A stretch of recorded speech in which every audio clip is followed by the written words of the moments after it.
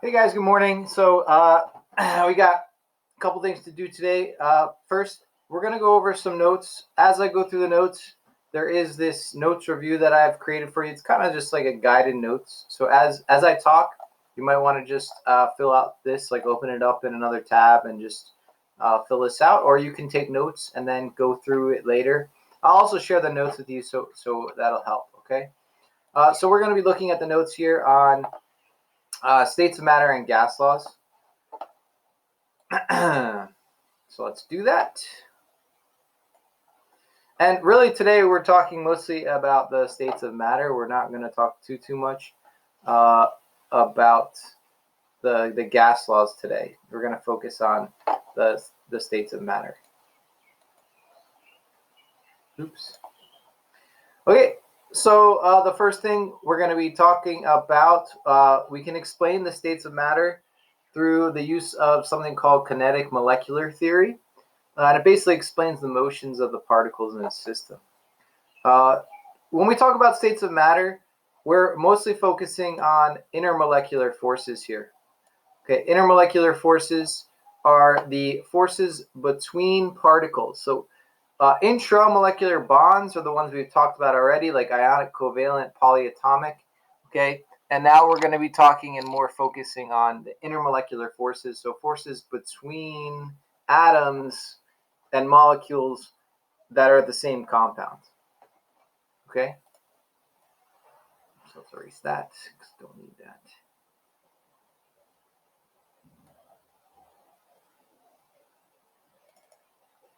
Okay, next. For kinetic molecular theory, there are actually three assumptions. We call them assumptions. We just assume these things occur in order to understand the states of matter. Now, they're not all perfect, but we're going to go over each one individually, but let's talk about them really quickly. So number one is that all substances are composed of particles, which are in constant motion. The only time that particles have no motion is at 0 Kelvin, and we call that temperature absolute zero. Okay, absolute zero. All right. Number two, collisions between particles are perfectly elastic. That means they don't lose or gain energy when particles collide. They just exchange energy between particles. Okay. Then number three, the average energy of the particles in a system is proportional to the Kelvin temperature. So it's proportional to the Kelvin temperature of the system. Okay. So we're going to talk about each one of those individually. So let's talk about the first one. Assumption number one, all particles of the substance are in constant motion. Even solids are vibrating in place. Okay, solids vibrate in place. All right. Liquids, they flow past one another. So they have weak intermolecular forces. They are allowed to slide past one another. So they as they move, they kind of interact and then they slide past one another. In a solid, the intermolecular forces are very strong, and they don't let the particles move. Okay, the particles stay in place. Okay, and then gases, we said that gases have no intermolecular forces. We assume that they have none whatsoever. So meaning that the particles in a gas are not attracted to one another. They're not attracted to one another at all. Okay, and we're only going to talk about those three phases of matter. We're not going to talk about all the other phases. There's a whole bunch of phases of matter, but the three main ones we're going to talk about. Okay. Okay, next. Assumption number two, collision between gases are perfectly elastic. So the collision between two particles, if you add up the energy of the two particles before they collide and after they collide, the amount of energy that when they add together should be the same. Okay, so this particle can transfer some energy to the other particle, but the total amount of energy before and after the collision is the same. Okay, we can't just lose energy or gain energy. Next one. The average kinetic energy is directly proportional to the Kelvin temperature. Okay, now this one's kind of tricky. Okay, so when we look at the temperature of a substance, the temperature measures the average kinetic energy of all the particles. That doesn't mean that each particle has the same amount of kinetic energy. Okay, some particles in a substance are moving faster than others. All right, think about like when you hit, if you ever play pool and you hit the cue ball into the stack, all the balls go flying all over the place, right? They're moving all they're moving at all different speeds. If you were to take the average speed and the average energy of all those things, that would be like the temperature of the ball, the billiard balls.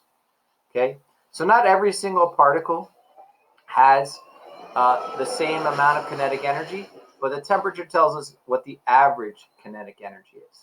Okay, and it can be represented by this graph here, by this Maxwell-Boltzmann distribution curve here. Okay, the Maxwell-Boltzmann distribution curve shows how much. So on one side it has the number of particles. So on the y-axis, number of particles, and the x-axis here is the speed of the particles. Okay, so you'll see as we increase the temperature, the number of particles at a higher speed increases. So at 1,000 K, there's a whole bunch of particles that are moving at 1,500 meters per second. Okay, whereas like 100K, there's like none moving at 1,500 meters per second. Okay, now that doesn't mean that, so when even if something at a low temperature like at 300 Kelvin, there's still particles moving relatively fast. There's still some particles moving pretty fast here. Okay, and this is going to be important to understand when we talk about evaporative cooling, because what happens in evaporative cooling is that these high energy particles, they have enough energy to escape into the gas phase and go into the gas phase. Now they're no longer part of the liquid. Well, if we lose the highest energy particles, we lose the highest energy, the highest kinetic energy. What happens to the average kinetic energy? Well, the average is going to go down because we just lost the highest energy particles. Okay. So next, let's talk briefly again about this idea between intermolecular forces and intramolecular bonds.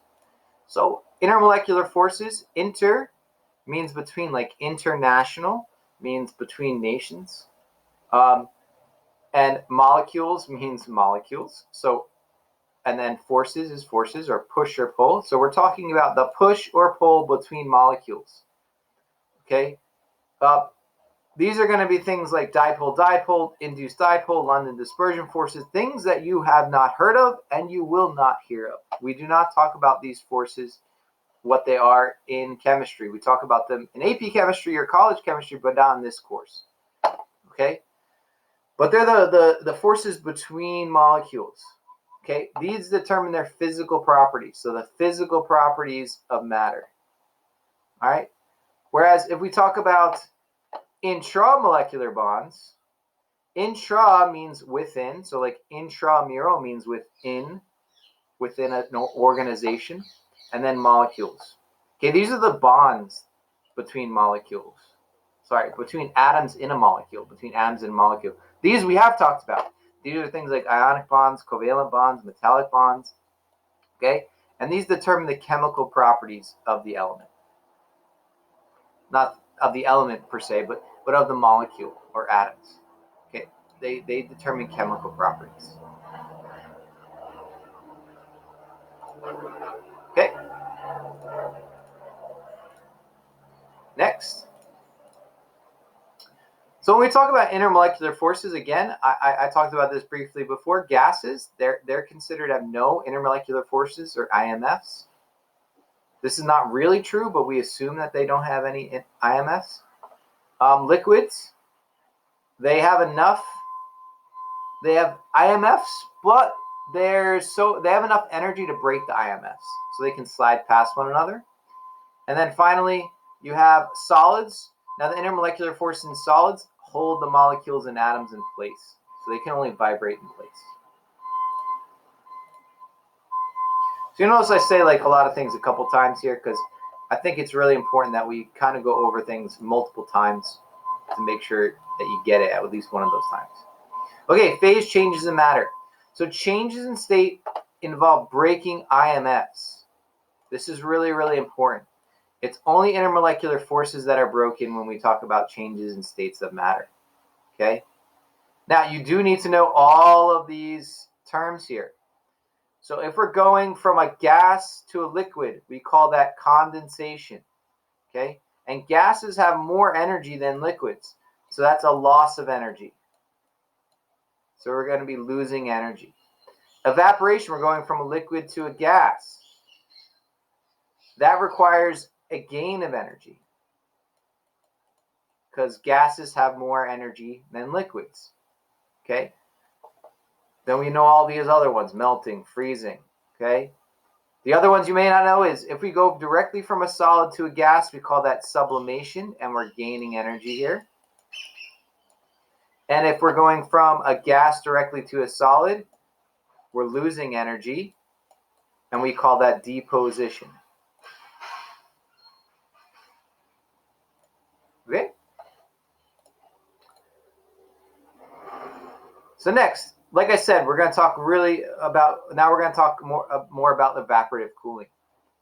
So vaporization, as we talked about, is the turning of a liquid into a gas at its boiling point. Evaporation can occur, though. Evaporation is when a liquid turns into a gas at a temperature below its boiling point. It's really important that we distinguish between evaporation and vaporization. Evaporation occurs below the boiling point. Vaporization occurs at the boiling point. Okay? Now, if these particles are leaving, the high energy particles are leaving, they're evaporating, so we're losing the high energy particles of any of these systems here that are represented by these graphs. We're losing the highest energy particles. As we lose the high energy particles, the overall average is going to go down. Okay? I often put it in terms like this. Okay? I say, you know what? We take the top 3 students, we take a test. And I say, okay, you know what? We're going to take a test. Everyone's going to get the same grade, but we're going to average everyone's grade. So everyone gets a grade, we're going to average it, and that's what everyone gets. Okay? And then I take the 3 highest scoring students, and I say, you know, you guys don't have to take the next test. But I do the same thing for the next test. I say, everyone's going to take this next test. We're going to take everyone's grade, and then we're going to average it. What's going to happen to the overall average? Well, the overall average is going to go down because the 3 highest scoring people, the people that score the highest the most, like most of the time, they're not going to be there anymore. So the average is going to go down. So if you're losing your best players, you're losing your best scorers, you're losing your highest energy particles. The overall average is going to go down. And that's what happens in evaporative cooling. Okay, evaporative cooling, the particles have enough energy to leave, they leave, and then the average goes down. Evaporative cooling. Okay, so let's distinguish between vapor pressure and boiling point, or not really between, but let's discuss the relationship between vapor pressure and boiling point. Okay, so boiling point is the temperature at which, or the point at which, vapor pressure equals atmospheric pressure.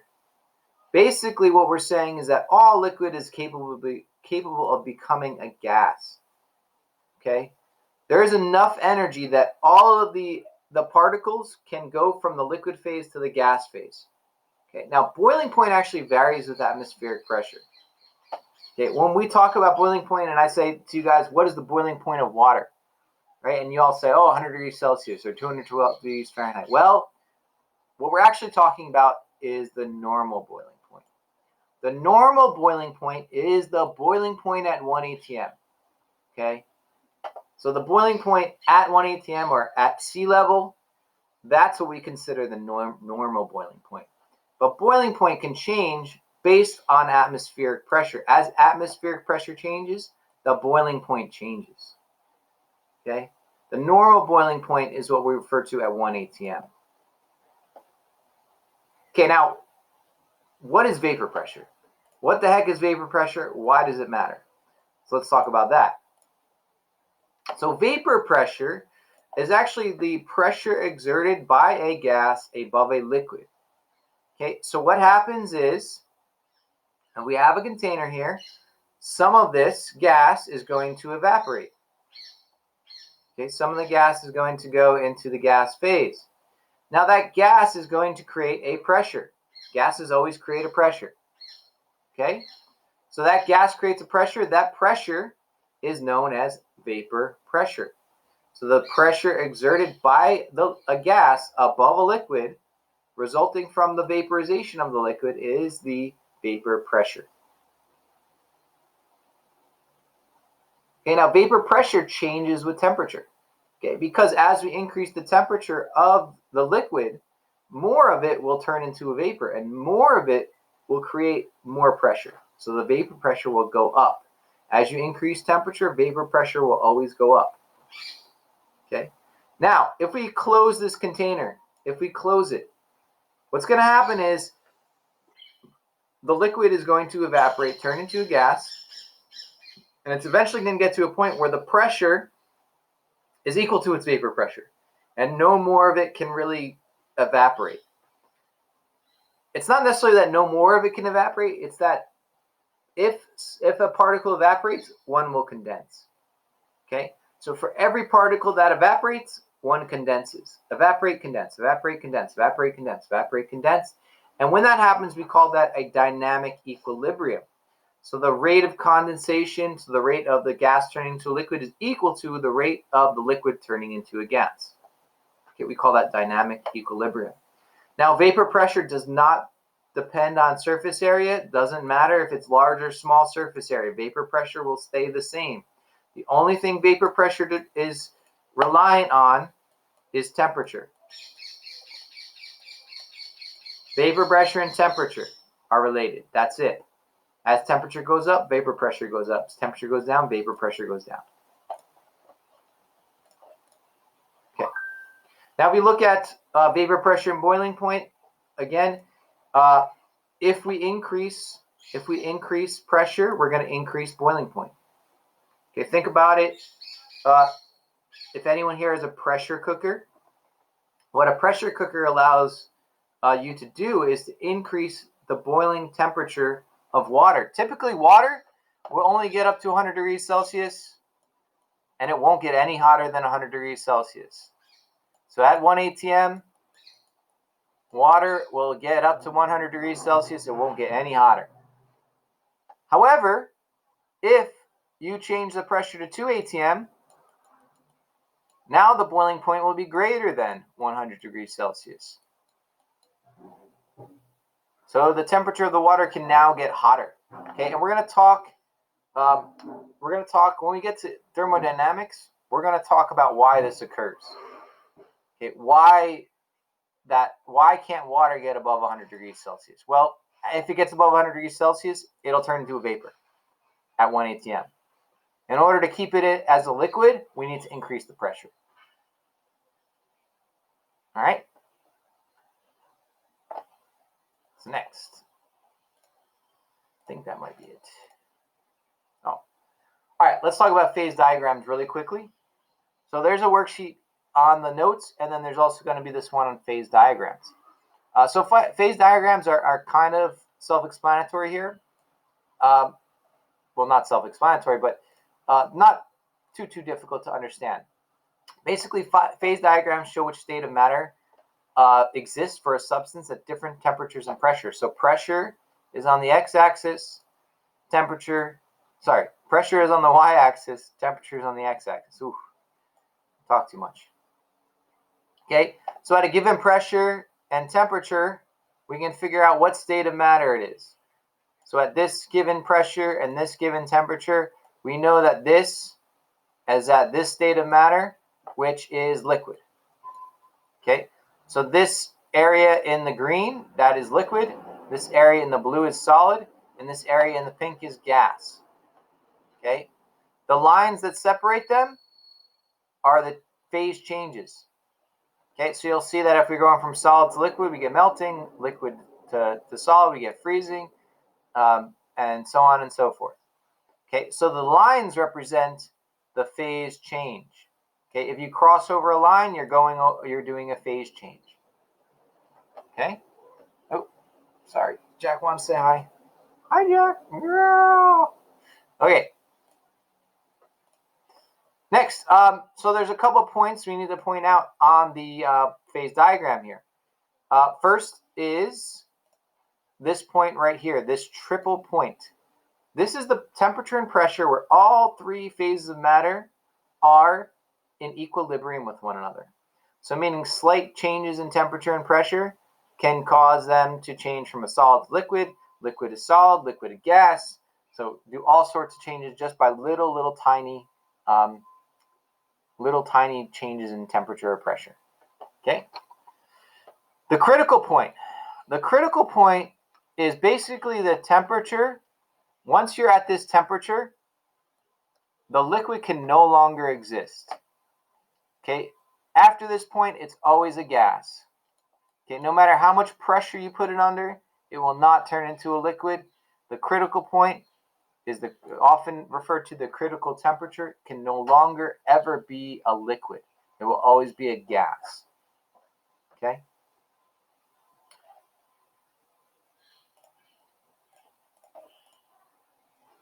Okay, and that's it. The next time I do some notes, we're going to talk about all this stuff. But we'll do this later. Next time. Okay, hopefully that helped. Do the work, and hopefully you get it. Make sure you come with questions if you have them. And that is all I have to say about that.